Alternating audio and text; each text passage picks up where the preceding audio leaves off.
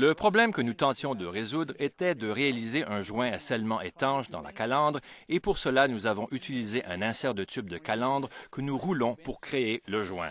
La difficulté à surmonter était de résoudre le facteur de rugosité et nous l'avons fait grâce à nos essais au cours desquels nous avons testé plusieurs méthodes pour diminuer la rugosité et créer un meilleur joint de sorte qu'après avoir roulé le tube, il n'y ait plus de ligne de fuite d'air ou d'eau du modérateur. Là résidait le problème que nous devions résoudre. Le chemin de fuite est plus petit qu'un cheveu. Il est très difficile à déceler et il faut tout démonter et examiner les surfaces avec un microscope à haute définition pour détecter ce genre de fuite.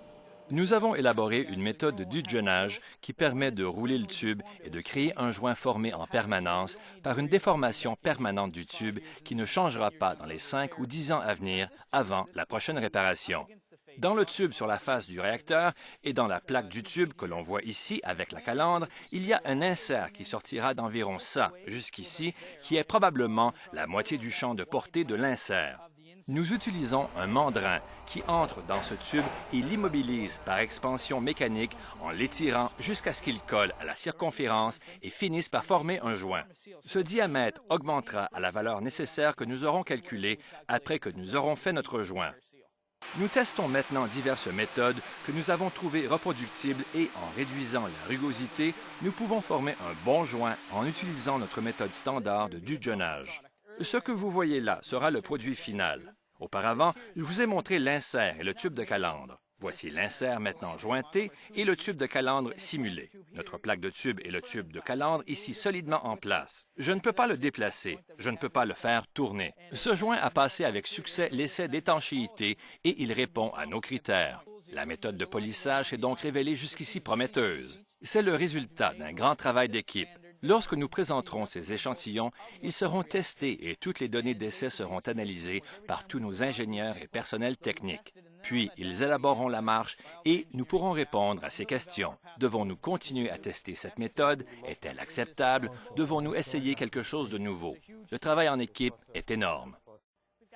Nous devons faire en sorte que ce que nous faisons ici soit exactement reproduit sur la face du réacteur. La sûreté du réacteur est le principal objectif. Nous ne voulons aucun problème. Il nous faut obtenir la plus grande étanchéité possible pour réduire les problèmes. Ces réacteurs doivent pouvoir fonctionner encore 30 ans en toute sécurité. Nous voulons nous assurer qu'ils seront étanches pendant 30 nouvelles années. Nous pourrions nous dire que cela semble assez étanche dans d'autres domaines et pour d'autres applications peut-être, mais dans l'industrie nucléaire, les normes sont aussi élevées que possible. Nous ne pouvons pas avoir le moindre doute. Il ne suffit pas seulement d'avoir le bon diamètre, nous devons en avoir la preuve.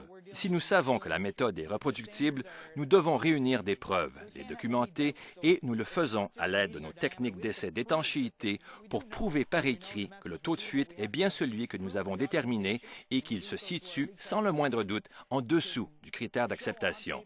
Les normes sont très élevées, mais elles sont nécessaires pour des raisons de sûreté nucléaire, qui est de la plus haute importance. Nos exigences de qualité doivent aussi être satisfaites et nous devons très bien faire dans les deux cas.